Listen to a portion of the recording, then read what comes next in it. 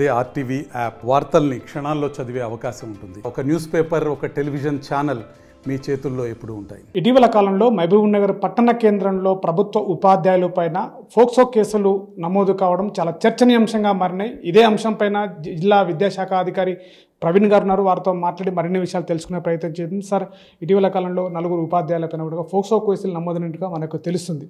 దీనిపైన ఎలా చూస్తారు? దీంట్లోని ఏ విధంగా అవుతారు? అంటే ఒక గౌరవపరమైనటువంటి వృత్తిలో ఉండి ఇట్లాంటి పనులు చేయడం అన్నది, అంటే పిల్లల్ని ఇబ్బంది పెట్టేటువంటి పనులు చేయడం అన్నది ఇది భావ్యం కాదు. కాబట్టి ఖచ్చితంగా వీళ్ళు ఎట్లాంటి టీచర్స్ ఎవరైతే ఉన్నారో వీళ్ళందరినీ కూడా ఆల్రెడీ క్రిమినల్ కేసులు బుక్ చేయడం జరిగింది. వాళ్ళందరి మీద కూడా చట్టపరంగా యాక్షన్ తీసుకుంటాము. అండ్ డిపార్ట్మెంట్ పరంగా కూడా వీళ్ళకి సర్వీస్ రూల్స్ ప్రకారం వీళ్ళందరికీ కూడా యాక్షన్ ఆల్రెడీ ఇంపోజ్ చేయడం జరిగింది.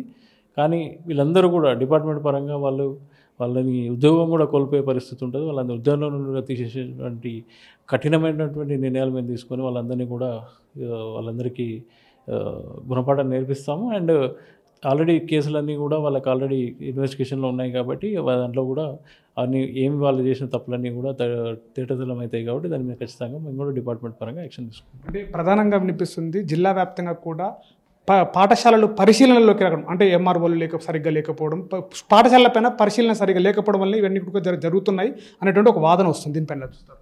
అంటే గతంలో కొంత మండల స్థాయి ఆఫీసర్లు లేకపోవడం అండ్ హై స్కూల్లో కూడా రెగ్యులర్ హెడ్ మాస్టర్స్ లేకపోవడం, టీచర్లు లేకపోవడం అనేది ఉండేది. బట్ ఇప్పుడు ఈ ప్రభుత్వం వచ్చిన తర్వాత రిక్రూట్మెంట్, ట్రాన్స్ఫర్ మొదలైన తర్వాత ప్రమోషన్స్ అన్నీ సకాలంలో ఇచ్చినారు. కాబట్టి ఇప్పుడు అన్ని స్కూల్స్లో హెడ్ మాస్టర్స్తో పాటు అన్ని మండల్స్కి కూడా మండల అధికారులు ఉన్నారు. కాబట్టి వీళ్ళందరూ కూడా రెగ్యులర్గా పర్యవేక్షిస్తూ ఉన్నారు. దాన్ని అంతా కూడా మేము ఆన్లైన్లో మాకు యాప్ ఉంది, దాంట్లో కూడా మానిటర్ చేస్తున్నాము. సో ఇంకా కూడా విస్తృతంగా చేయాలని చెప్పి వాళ్ళందరికీ కూడా మేమందరూ స్టాఫ్ అందరికీ కూడా మేము మళ్ళీ ఒకసారి ఇన్స్ట్రక్షన్స్ ఇస్తాము. అండ్ ఖచ్చితంగా ఇట్లాంటిది ఏమొచ్చినా కూడా ఏ స్కూల్లో వచ్చినటువంటిది దీని మీద కఠినమైన నిర్ణయాలు తీసుకుంటాం. అండ్ ఉద్యోగంలో కూడా తీసేస్తాం అట్లాంటి టీచర్స్ ఎవరైనా మిస్బిహేవ్ చేసినటువంటి తేలితే. అంటే ఒకవైపు విద్యాశాఖ పైన రాష్ట్ర ప్రభుత్వం చాలా చుత్తజుత్తో చేయాలని చెప్పేసి ప్రయత్నం చేస్తుంది. స్టార్టింగ్లో కూడా జూలై మాసంలో కూడా విద్యార్థుల్ని ప్రభుత్వ పాఠశాలలో చేర్పించాలని కూడా ప్రభుత్వం కోరుతుంది. సో ఇలాంటి సంఘటనల పట్ల తల్లిదండ్రులు చాలా ఆందోళన పడే అవకాశం కూడా కనబడుతుంటుంది. దీన్ని ఎలా చూస్తారు?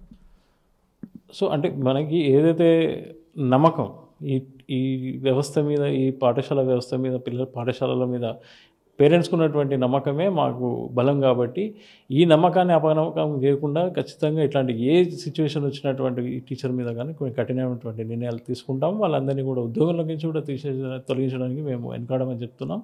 కాబట్టి ఇట్లాంటిది ఏ టీచర్ చేసినా కూడా ఖచ్చితంగా మేము వాళ్ళ మీద కఠినమైన చర్యలు తీసుకుంటాం అండ్ ఉపయోగించామని చెప్పి మీ ద్వారా తెలియజేస్తున్నాం.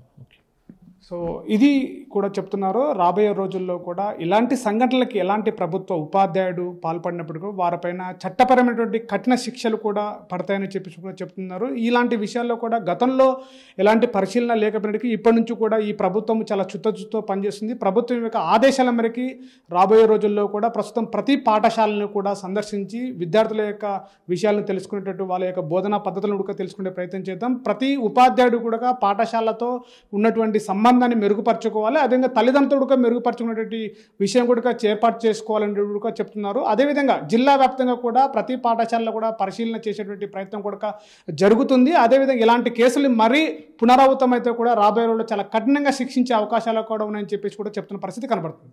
కెమెరా పర్సన్ నర్సింగ్తో శివాజీ, ఆర్టీవీ, మహబూబ్నగర్. చరిత్ర సృష్టించినోడు ఇప్పుడు ఆ చరిత్రని తిరగరాయబోతున్నాడు.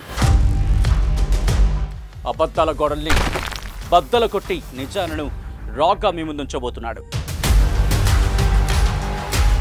నిజమైన వార్తల కోసం వెంటనే డౌన్లోడ్ చేసుకోండి రా యాప్ని.